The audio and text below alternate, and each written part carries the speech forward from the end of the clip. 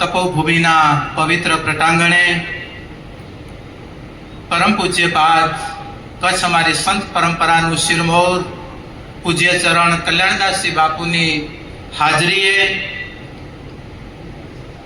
શ્રી રામ ચરિત્ર માનસની પરમ સાક્ષીએ જ્યારે આજે આ જ્ઞાન યજ્ઞનો પ્રારંભ થઈ રહ્યો છે અને જ્ઞાન યજ્ઞની ચેતના, જ્ઞાન યજ્ઞની વાસ્તવિકતા, જ્ઞાન યજ્ઞની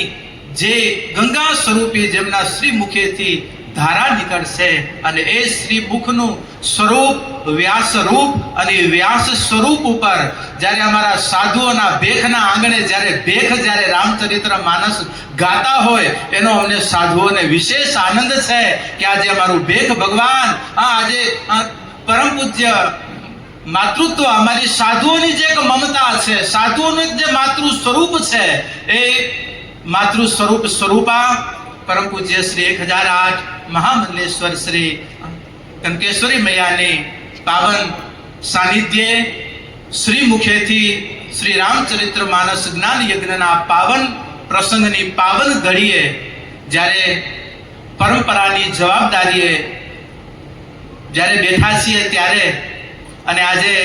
આચાર્ય પરંપરાઓ હમણાં જ્યારે રથમાં આવતા હતા ત્યારે માએ બહુ સુંદર વાત કરી કે આપણે બધું આ શીશ ઉપર ધારણ કરીએ છીએ અને અથવા તો કોઈ ગુરુજનો આપણને જવાબદારીઓ આપે છે એનું પ્રમાણ શું છે? એનું પ્રમાણ જ ઈ જ છે કે આજે આપણે અનાથ નથી, આપણી ઉપર કોઈ નાથ બેઠો છે, આપણી ઉપર કોઈ સાહેબ બેઠો છે, આપણી ઉપર કોઈ સદગુરુ બેઠો છે. આપણે જેના તેના નથી, આપણે કોઈક ધણીના છીએ અને ઈ ધણી સુધી પહોંચવા માટે બાપ આજે એક સંત પરંપરાએ પોતાની સંપ્રદાયના સિદ્ધાંતોથી એક સમાજને જે ચેતનાઓ આપી અને ઈ ચેતનાની આજે ચેતનવંતી ધારા અમારી રવિભાણ પરંપરા અને એ રવિભાણ પરંપરાનું અત્યારે કચ્છનું અમારું શિખર કહી શકીએ એવી શ્રી હરિ સાહેબ. કારણ કે સાહેબ શબ્દ માના ચરણોમાં પણ નિવેદન કરું, મારી રવિભાણ પરંપરામાં સાહેબ શબ્દ જ્યાં જીવત પરંપરાઓ જે સંત મહાપુરુષ જીવત સમાધિસ્થ થયા ત્યાં સુધી સાહેબ શબ્દ લાગ્યો છે. પછી મહારાજ સ્વામી અધિકાર પ્રમાણે શબ્દો લાગ્યા છે. એ અમારી સાહેબ પરંપરાનું છેલ્લું સ્વરૂપ અમારે સદગુરુ શ્રી હરિ સાહેબ કે જેની જીવત સમાધિ આજે આ રવિભાણ પરંપરાની અમારી કચ્છની અને આ જીવત પરંપરાની ચેતનામાં આજે હિંગરિયાની પણ અનેક શાખાઓ અને એમાંની એક શાખા અમારું વિરાણી અને એ વિરાણીની શાખા દ્વારા જે કાંઈ અત્યારે સામાજિક અને ધાર્મિક પ્રવૃત્તિઓ અને એ પ્રવૃત્તિઓના નાતે અને આજે સંતોની અને જાગૃત ચેતનાના સાનિધ્યની સાક્ષીએ જ્યારે કુંભમાં જ્યારે જવાબદારીઓ આપી ત્યારે આજે માએ જે શબ્દ વાપર્યો એને સાંભળી અને મને પણ ખૂબ આનંદ થયો કે આ બધી જવાબદારીઓ પાછળ બાપ આપણી કોઈ ઉપર આપણો કોકના થઈ ચૂકેલા છીએ અને અમે જ્યારે થઈ ચૂકેલા છીએ ને ત્યારે અમને અધિકાર છે કે તમને ઓના બનાવી શકીએ અને આવા આયોજનો કરી અને આજે જીવને શિવ સુધીની જે યાત્રા આ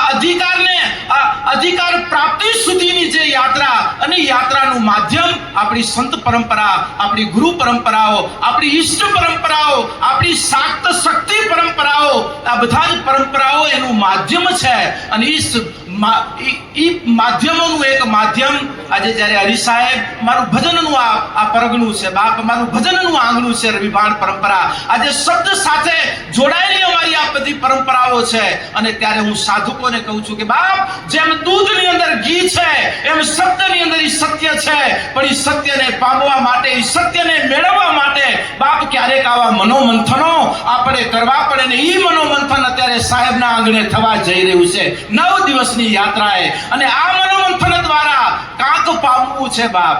शब्द कहां से उठता है कहां जात समाय, हाथ पग वाको नहीं उसे कैसे पकड़ो जाए. शब्द नाभि से उठता है शून्य में जात समाय, हाथ पग वाको नहीं उसे सुरता से पकड़ो जाए. હમણાં નાજી મહારાજે પણ વાત કરી કે આજે શ્રી રામચરિત્ર માનસ ઈ માતૃ સ્વરૂપ અને જેના મુખેથી સાંભળવું છે એ પણ માતૃ સ્વરૂપ અને આ માતૃત્વની ચેતનાઓ જ્યારે બાપ શબ્દ જે નાભીમાંથી નીકળી રહ્યો છે ને ઈ પાછી માની નાભીમાંથી નીકળે એટલે એનો પ્રેમ, એનો વજન અને એનું તથ્ય અને સત્ય અને રહસ્ય પણ વિશેષ હોય છે બાપ. અને ઈ રહસ્ય અને ઈ સત્વને મારો સાધક જન, મારો સાધક પરિવાર, મારા સાહેબના આ બાળકો, મારા સાહેબનો બગીચો બસ એ ચેતનાને પામે અને આ 9 દિવસની આપણી મંગલમય રામચરિત્ર માનસ સ્વરૂપી આ જ્ઞાન યજ્ઞની યાત્રાઓ જ્યારે આજથી કરવા જઈ રહ્યા છીએ, ત્યારે આજે પૂજ્ય અનેક સંત ચરણ આજે અહીં ઉપસ્થિત છે. આવતા દિવસોમાં અનેક મહાપુરુષોનું સાનિધ્ય પણ પ્રાપ્ત થશે. અનેક સંતવાણી કલાકારોના મુખેથી સાહેબ વાણીઓની પણ આપણને સદભાગ્ય પ્રાપ્ત થશે. અને એની સાથે સાથે પરમ સદભાગ્ય એ છે કે પરમ સાહેબની આ જાગતી જ્યોતના સાનિધ્યમાં રામચરિત્ર માનસના નિશ્રામાં અને સંતોની ઉપસ્થિતિમાં 9 દિવસની યાત્રા એ કુંભથી પણ બાપ આપણી વિશેષ યાત્રાઓ આ હશે.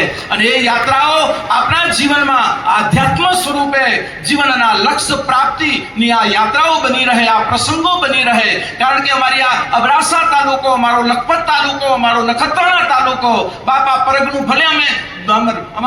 છેવાડામાં છીએ, પણ આજે છેવાડાના આરામાં બેહનારા જ્યારે મારો એક સમાજ આજે ભેગો મળી અને સનાતની એક આજે જ્યોત, આજે જે યજ્ઞ આજથી પ્રારંભ જે થઈ રહ્યો છે એને જોઈ અને મને આનંદ થાય છે. કારણ કે આજે તમારામાં બેઠેલી ભાવનાઓને અમે પ્રગટ કરવા માટેના માધ્યમો છે અને એ માધ્યમ આજે પૂજ્ય કલ્યાણદાસજી બાપુનો આ સંકલ્પ આપણા સૌ માટે પૂરક બની રહે, માનું સાનિધ્ય અને એમની વાણી આપણા માટે પૂરક બની રહે અને આ ઘરનું આયોજન આપના માટે જીવન યાત્રાના લક્ષ્ય માટે પૂરક બની રહે. એ જ ભાવના સાથે જીવનની ચતુર્થ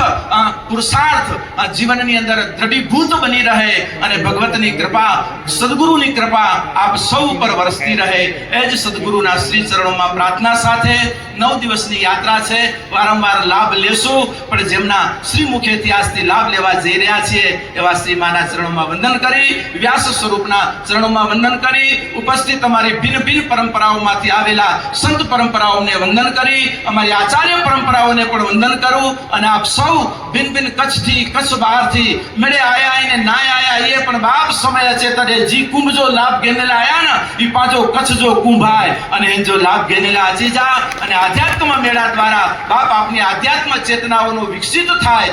અને આધ્યાત્મ ચેતના દ્વારા જે જીવનું જે લક્ષ્ય છે એ લક્ષ્ય તરફની આપની યાત્રા બની રહે. એ જ ભાવના સાથે મારે વાણીને અહીં વિરામ આપું. ભગવતના શ્રી ચરણોમાં સદગુરુ સાહેબ, હરિ સાહેબના શ્રી ચરણોમાં વારંવાર વંદના કરી વિરમું. અસ્તુ. ઓમ બોલો શ્રી સદગુરુ હરિ સાહેબ.